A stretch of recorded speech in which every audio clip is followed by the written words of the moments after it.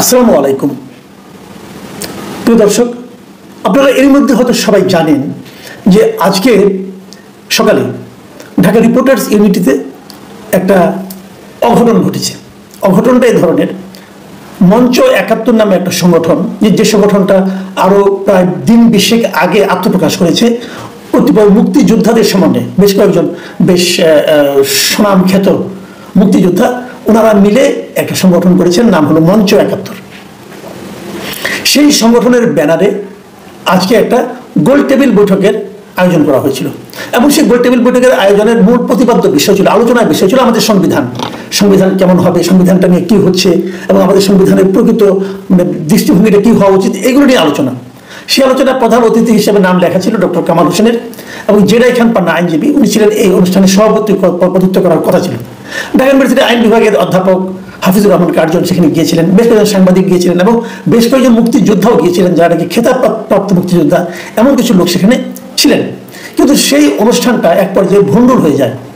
কিছু লোক সেখানে ঢুকে পড়ে এবং ঢুকে পড়ে তারা সেই মিডিয়া ওখানে তারা উল্টাপাল্টা স্লোগান দিতে থাকে। ও ওখানে আরেকজন মুক্তিযোদ্ধা ছিলেন, মুক্তিযুদ্ধের সংগঠক ছিলেন মিস্টার লতিফ সিদ্দিকী, উনিও খুবই বড় একজন মুক্তিযুদ্ধের সংগঠক, কিন্তু ওনার আরেকটা পরিচয় আছে।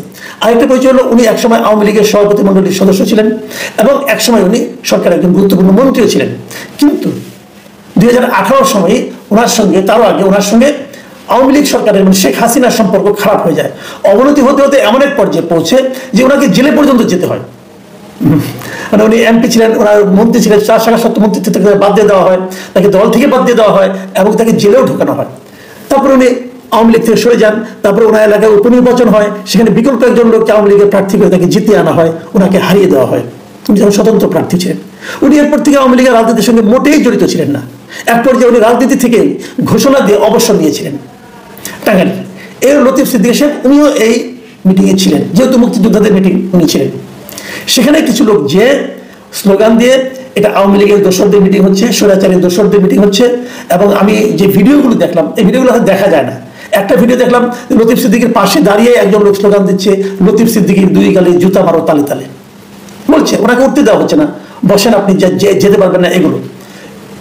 হাফিজুর রহমান কার্জনকে দেখলাম, উনি ঢাকা ইউনিভার্সিটির আইন বিভাগের অধ্যাপক, উনি দেখলাম চিৎকারে বলছেন আপনারা আমার গায়ে হাত তুলছেন কেন। তার মানে কি ওনার গায়ে হাত তুলেছিল? এই ধরনের ঘটনা কিন্তু ঘটলে এগুলি টোটালি আমার বিবেচনায় একটা মব ছাড়া, আমি যতটুকু ভিডিও দেখেছি এটাকে মব ছাড়া মাথায় আর কিছু মনে হয়নি। সাংবাদিক মঞ্জুর আলম পান্না, তিনি ওখানে ছিলেন, ওনাকেও ধরে মোটামুটি হেনস্থা করা হয়েছে।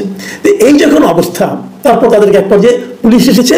পুলিশ এসে যারা মব সৃষ্টি করেছে তাদেরকে নয়, এই লোকগুলিকে গ্রেফতার করে আটক করে থানায় নিয়ে গেছে, রমনা থানায় প্রথমে, তারপর সেখান থেকে ডিবি কার্যালয়ে নেওয়া হয়েছে।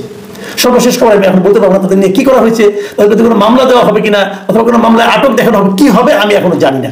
আমি যখন রেকর্ড করছি তখন পর্যন্ত কোনো সর্বশেষ খবর আমার কাছে আসেনি। কিন্তু এই প্রত্যেকটা লোক, এদের অপরাধটা কি বলা হচ্ছে, যারা মব করে তারপরে পরে দেখা সাংবাদিক তারা বলছে আমরা জানতে পেরেছি যে এখানে আওয়ামী লীগের পুনর্বাসনের চেষ্টা করা হচ্ছে, আওয়ামী লীগকে এই ব্যানারে আবার পুনরুজ্জীবিত করা হচ্ছে। কিন্তু এখানে আওয়ামী লীগের কে ছিল আমি এখন বুঝতে পারলাম না। আমি হাফিজুর রহমান কার্জনকে চিনি ব্যক্তিগতভাবে। এই ভদ্রলোক আওয়ামী লীগের পুরো সময়টাতে উনি কেবল কথা বলার জন্য, বিভিন্ন টকশোতে কথা বলার জন্য ওনাকে ডিপার্টমেন্টে বড় রকম বেকায়দা করতে হয়েছিল। এই সত্য মিথ্যা জানার জন্য আপনি উপদেষ্টা আসিফ নজরুলকে জিজ্ঞাসা করতে পারেন, কারণ উনি ওনারই সহকর্মী। মঞ্জুর আলম পান্না, উনি আওয়ামী লীগ সরকারের সমালোচনা করার জন্য ওনাকে ইটিভি থেকে ওনাকে চাকরিচ্যুত করা হয়েছিল। সেই মঞ্জুর আলম পান্না এখন তাকে আওয়ামী লীগের দোষী হিসেবে আখ্যায়িত করা হচ্ছে এবং তাকে এগুলি করা হচ্ছে। এই যে ঘটনাগুলি ঘটলো, তাহলে পুলিশ এদেরকে ধরে নিয়ে গেল এবং যারা নাকি এই মবগুলি ঘটিয়েছে তারা বলতেছে, তারা দাবি করতেছে প্রেসের সামনে, মিডিয়ার সামনে, যে এখানে আওয়ামী লীগকে পুনরুজ্জীবিত করা হচ্ছে, আওয়ামী লীগকে আবার জাগিয়ে তোলার জন্য ষড়যন্ত্র করা হচ্ছিল। ষড়যন্ত্রটা কোথায়, ওনারা কিভাবে প্রমাণ পেলেন, এটা এখন আমি বুঝতে পারলাম না। আমরা যেরকম দেখেছি, আমরা কিন্তু আওয়ামী লীগ আমলে এরকম দৃশ্য দেখেছি, জামাতে ৪-৫ জন লোক হয়তো কোনো একটা রেস্টুরেন্টে বসে চা খাচ্ছে, তাদেরকে ধরে নিয়ে আসা হতো এবং ধরে এনে বলা হতো তারা সরকার বিরোধী ষড়যন্ত্র করছে, তারা রাষ্ট্রদ্রোহিতামূলক আচরণ, রাষ্ট্রের বিরুদ্ধে ষড়যন্ত্র করছে, এগুলি বলে তাদেরকে ধরে গ্রেপ্তার করা হতো। তো যদি সেটাই আপনারা রিপিট করেন এখন, তাহলে তাদের সঙ্গে আপনাদের পার্থক্যটা কোথায় থাকলো? এরা আবার নিজেদেরকে বলছে এরা নাকি জুলাই যোদ্ধা, কোনো সংগঠন আমি জানি না। আমার এক সাবেক কলিগ সাংবাদিক, উনি এখন লন্ডন থাকেন, উনি দেখলাম একটা স্ট্যাটাস দিয়েছেন, সেই স্ট্যাটাসে বলেছেন যে মঞ্চ ৭১ নামে একটা ভুইফোড় সংগঠন। যদি মঞ্চ ৭১ ভুইফোড় সংগঠন হয়ে থাকে, তাহলে যারা জুলাই যুদ্ধে ছিলেন যে তাদের অ্যাটাক করলো তারা কি ভুইফোড় সংগঠন নয়? এই সংগঠনের অস্তিত্ব কোথেকে আসলো? এখন জুলাই নামে অনেক সংগঠন বাজারে পাওয়া যায়, অনেক দোকান দেখবেন আপনি। কিছু বলে জুলাই চেতনা, কিছু বলে জুলাই যুদ্ধ, যেমন আমরা আগে দেখতাম মুক্তিযুদ্ধের চেতনা, অমুক তমুক, একই জিনিস আমরা রিপিট দেখতে পাচ্ছি। ঠিক আছে, যদি ওনারা তেমন কিছু করে থাকেন তাহলে আপনি পুলিশের কাছে যান, তাদেরকে পুলিশে ধরবে। কিন্তু আপনারা ভেতরে যে হইচইগুলি করলেন, টেবিল ভাঙচুর করলেন, সব তো ভিডিও দেখলাম, তাহলে এটাকে আমি কি বলবো? দেখুন, এ ধরনের একটা ঘটনা ঘটলো। আমি আজকে খুব সকৌতকে একটা পত্রিকা দিকে তাকালাম। আমার পত্রিকাগুলি শিরোনাম দেখেন, আমরা মিডিয়াকে নিয়ে কতটুকু আশাবাদী হতে পারি এই শিরোনামগুলি দেখলে আপনি বুঝতে পারবেন। প্রথম আলো শিরোনাম করেছি, লতিফ সিদ্দিকী ও ঢাকা বিশ্ববিদ্যালয়ের শিক্ষককে অবরুদ্ধ, পুলিশের সোপর্দ। সমকাল শিরোনাম করেছে, লতিফ সিদ্দিকী ও ঢাকা বিশ্ববিদ্যালয়ের শিক্ষককে অবরুদ্ধ করে পুলিশের সোপর্দ। একই লাইন, একই কথা। ইত্তেফাক রিপোর্ট করেছে, তার শিরোনাম, ঢাকা রিপোর্টার্স ইউনিটি থেকে লতিফ সিদ্দিকী আটক। আমার দেশের শিরোনামটা কি? তারা প্রথমে ছোট করে লিখেছে, মঞ্চ ৭১ নামে ফের আওয়ামীদের একত্র হওয়ার চেষ্টা, লতিফ সিদ্দিকী, মফিজুল সহ অন্তত ১০ নেতাকর্মী আটক। লতিফ সিদ্দিকী তো আওয়ামী লীগের কেউ না রে ভাই, আপনি কি করে লিখলেন? আর মঞ্চ ৭১ নামে যে আওয়ামী লীগ একত্রিত হওয়ার চেষ্টা, এটা আপনি প্রমাণ করবেন কিভাবে? আপনি প্রমাণ করতে পেরেছেন? মুখে যা আসলে বলে দিলেন, এর নাম সাংবাদিকতা? শুনুন, যুগান্তর কি লিখেছে। যুগান্তর লিখেছে মঞ্চ ৭১, আবার ওটা লিখেছে ইনভাইটেড কমাতে। ইনভাইটেড কমাতে রাখা দরকার কি? মঞ্চ ৭১ তো একটা ঘোষিত সংগঠন। মঞ্চ ৭১-এর ব্যানারে আওয়ামী লীগের রাজনৈতিক কর্মসূচি, এটা কে লিখেছে? যুগান্তর। ওনারা কি করে প্রমাণ করবেন এটা আওয়ামী লীগের রাজনৈতিক কর্মসূচি?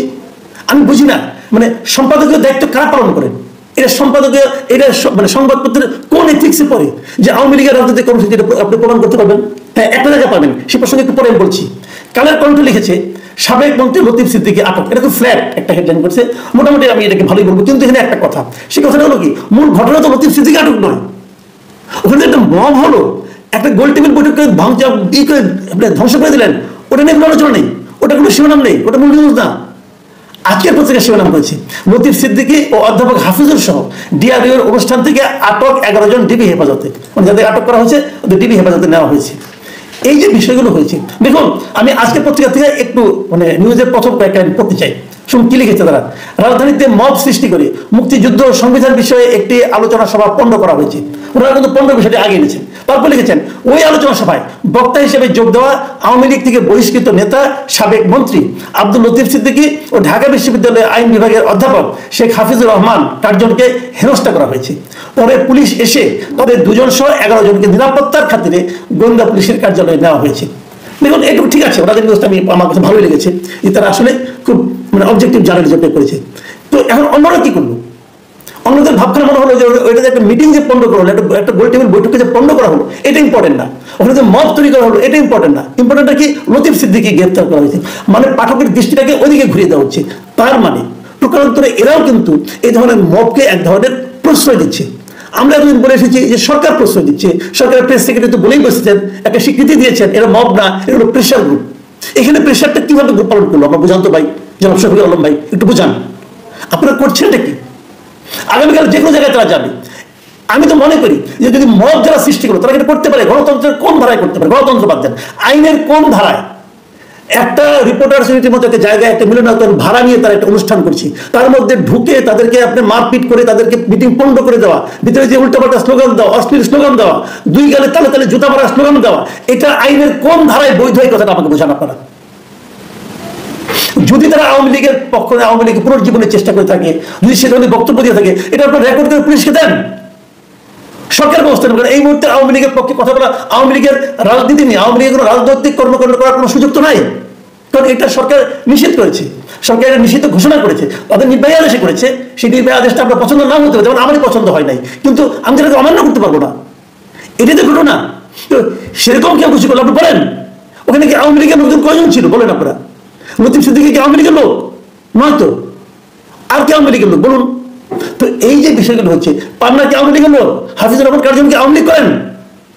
আমি দেখলাম একজন প্রখ্যাত সাংবাদিক মাহবুব কামাল, উনি লিখেছেন যে আমি জীবনে কোনোদিন আওয়ামী লীগ করিনি, আওয়ামী লীগের সঙ্গে কোনোদিন সম্পর্ক ছিল না, তারপরেও বোধহয় এখানে গিয়েছিলেন, আমাকে 3 ঘন্টা আটক থাকতে হলো।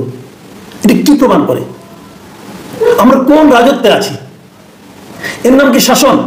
আমি একটা লিখেছিলাম, আমি আজকে একটা ফেসবুকে একটা স্ট্যাটাস দিয়েছিলাম এটা নিয়ে। তাই আমি বলেছিলাম যে আমার কাছে মনে হয়েছে যে এরকম দুর্বল এবং মেরুদণ্ডহীন সরকার আমি এর আগে দেখিনি, যাদের কোনো অ্যাকশন নেওয়া হয় না। সেখানে মানে কত লোক যে কত ধরনের মন্তব্য করেছেন, পজিটিভ মন্তব্যের বেশি, যারা নাকি নেগেটিভ মন্তব্য করেছে তাদের এবার দেখার চেষ্টা করেছে লোকগুলিকে, ওগুলো সম্ভবত বট, কারণ ওখানে প্রায় দেখি লক করা, তাদের প্রোফাইল লক করা, আবার অনেকে দেখলাম রিসেন্ট করেছে, যাই করে কোনো সমস্যা নেই এতে আমার।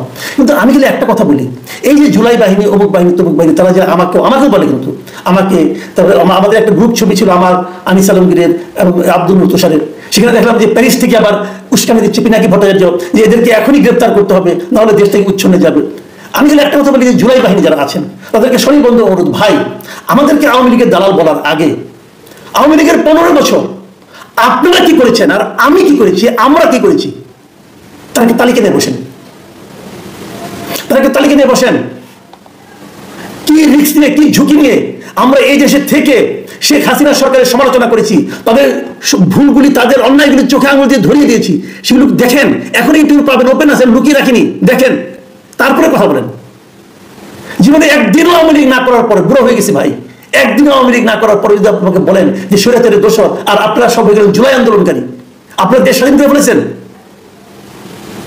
এরকম আমরা দেখেছি। কিন্তু সব আমলেই দেখা যায় এরকম কিছু ভুল ফুল লোক গজিয়ে আসে এবং তারা সবচেয়ে বড় বিপ্লবী হয়ে যায়।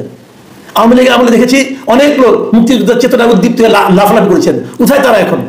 আবার সময় পাল্টে গেলে এদেরও খুঁজে পাওয়া যাবে না, অথচ এদের গলায় সবচেয়ে সরব। আমাদের দেশটা এখন ওই দিকে যাচ্ছে, আমাদের দেশে পরবর্তী সহিষ্ণুতা যেন হারিয়ে যাচ্ছে। কেন? আপনি যেন বলতে দেন, মুক্তিযোদ্ধারা তাদের বয়স কত, সব বয়স এক, দেখবেন একদম বয়স্ক মুক্তিযোদ্ধা তার গলা মধ্যে চাপা দিয়ে, একটা ইয়াং ছেলে গলা চাপা দিয়ে ধরেছে। এই দৃশ্য দেখতে হবে আমাদের এই স্বাধীন দেশে। ওরা মুক্তিযোদ্ধা, ওরা জুলাই আন্দোলনকারী, এই লোকগুলো। এরপরেও যদি সরকার এই সমস্ত ব্যাপারে ব্যবস্থা না নেয়, তাহলে এই সরকারের ব্যাপারে আমাদের হতাশা কিন্তু বাড়বে। আরেকটা কথা বলি, এই দৃশ্য কিন্তু সারা দুনিয়াতে ছড়িয়ে পড়েছে।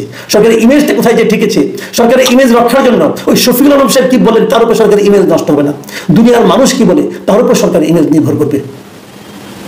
প্রিয় দর্শক, এখন এই পর্যন্তই। আল্লাহ হাফেজ।